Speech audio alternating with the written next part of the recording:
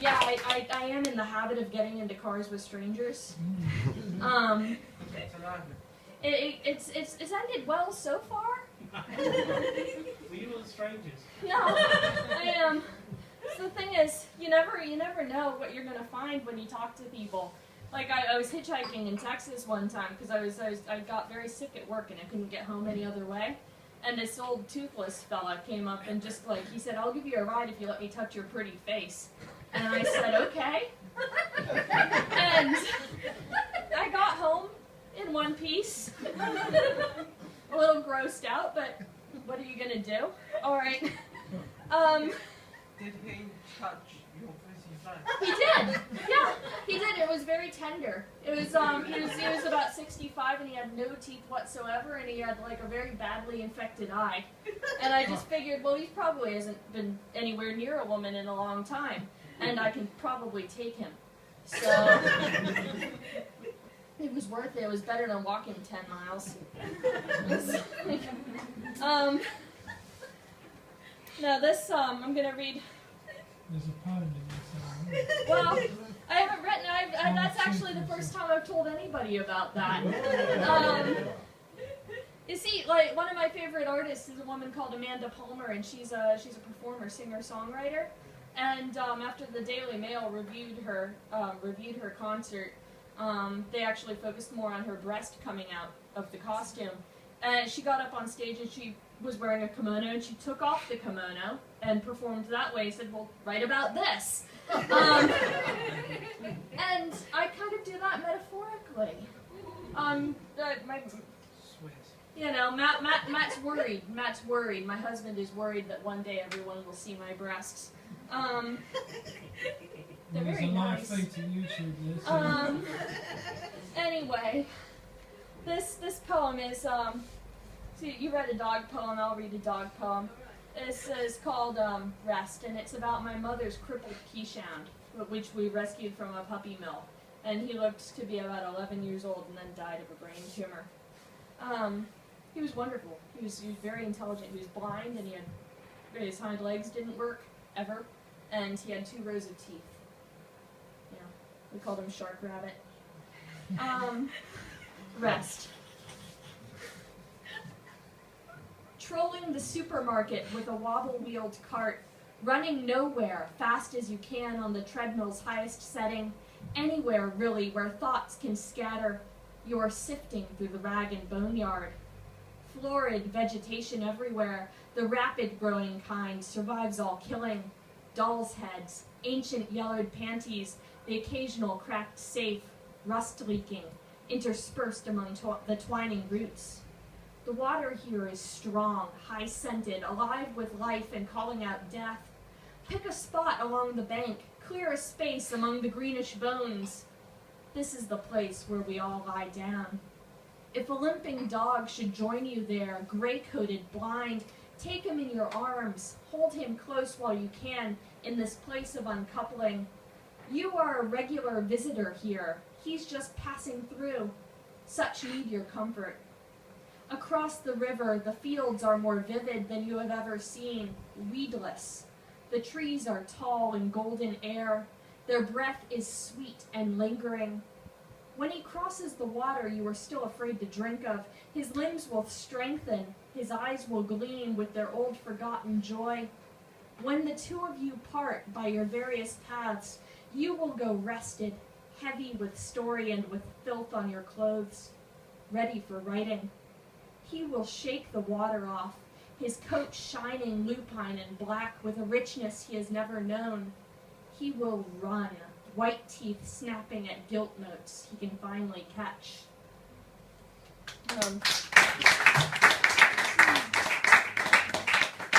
Now, I'm going to read one from my first book. It's about my grandparents. And my grandfather and my grandmother were never supposed to be married. There were class and race and social differences in Kentucky. This book is about their story. This poem is about, it's a story my grandfather tells me. He had to leave Kentucky. No one would hire him. He was blacklisted.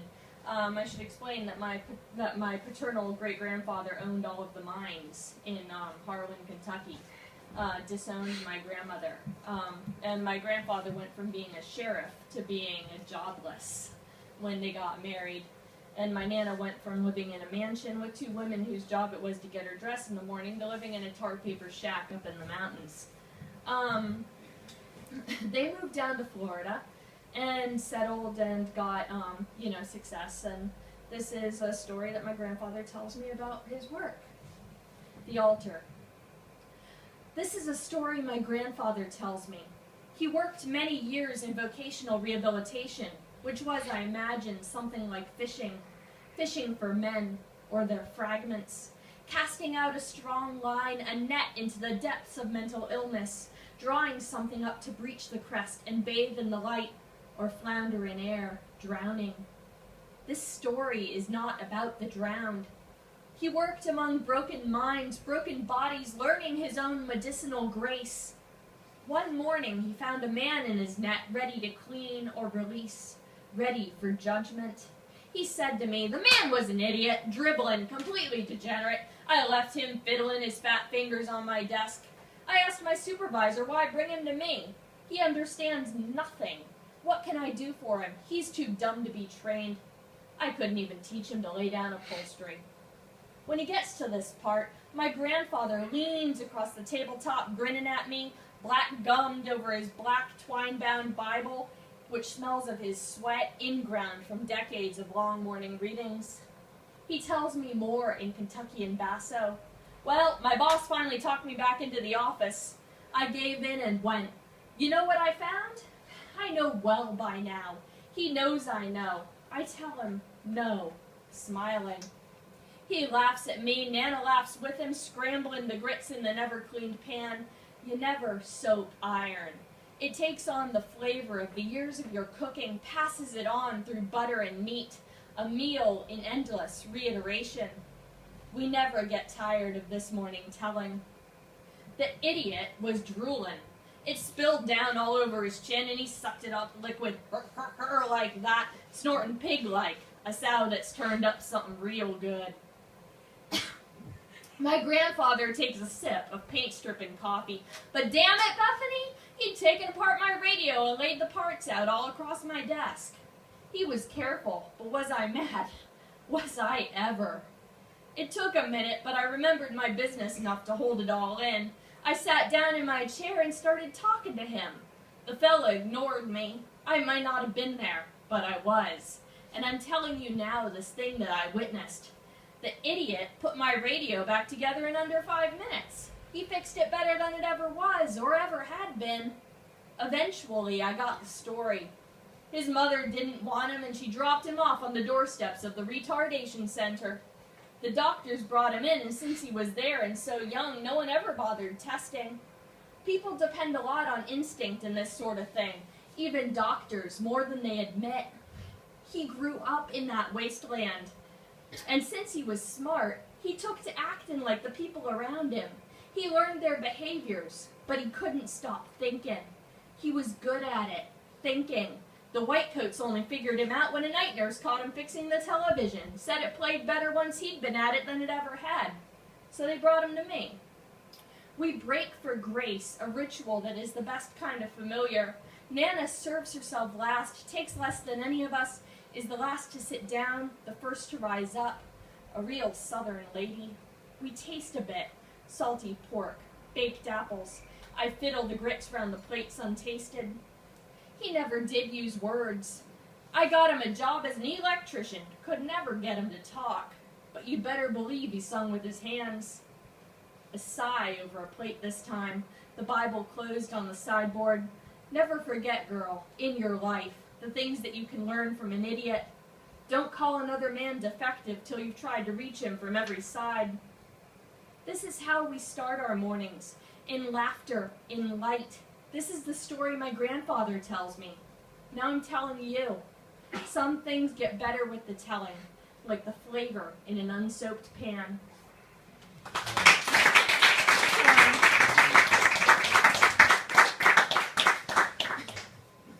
This one's from Crown of Thorns. This is kind of difficult to just read one from because it's a series of sonic crowns, and some of them are acrostics. So there's a secret message in them that runs down it's the left-hand margin, yes. I need to like have left and right tattooed. I'm 31 years old and I still have trouble with that.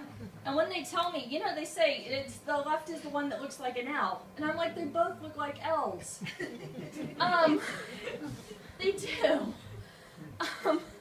So, yes, it runs down the left-hand margin. My mother has had a hard and interesting life. She grew up in a house where she was sexually abused by her grandfather. And she ran away from that, went to university, worked as a model and a dancer and an actor until she was in a car accident, which triggered a degenerative bone disease called arachnoiditis. You've got this nerve in your brain that looks like a little spider, and it's the arachnoid nerve.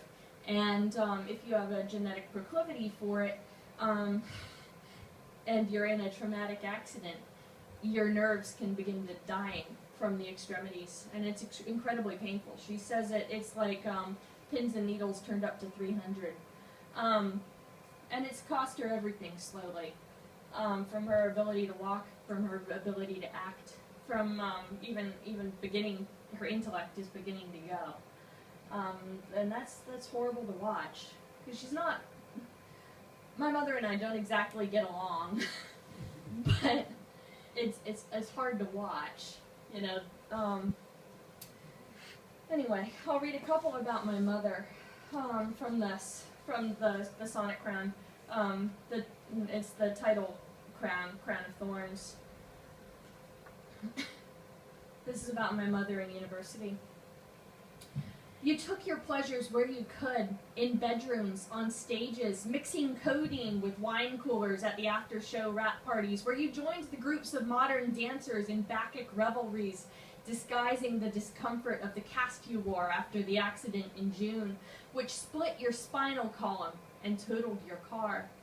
A drunken daughter of your hometown senator plowed into you in the parking lot of Publix while you were parked, packing your nieces into car seats. Months of surgeries followed.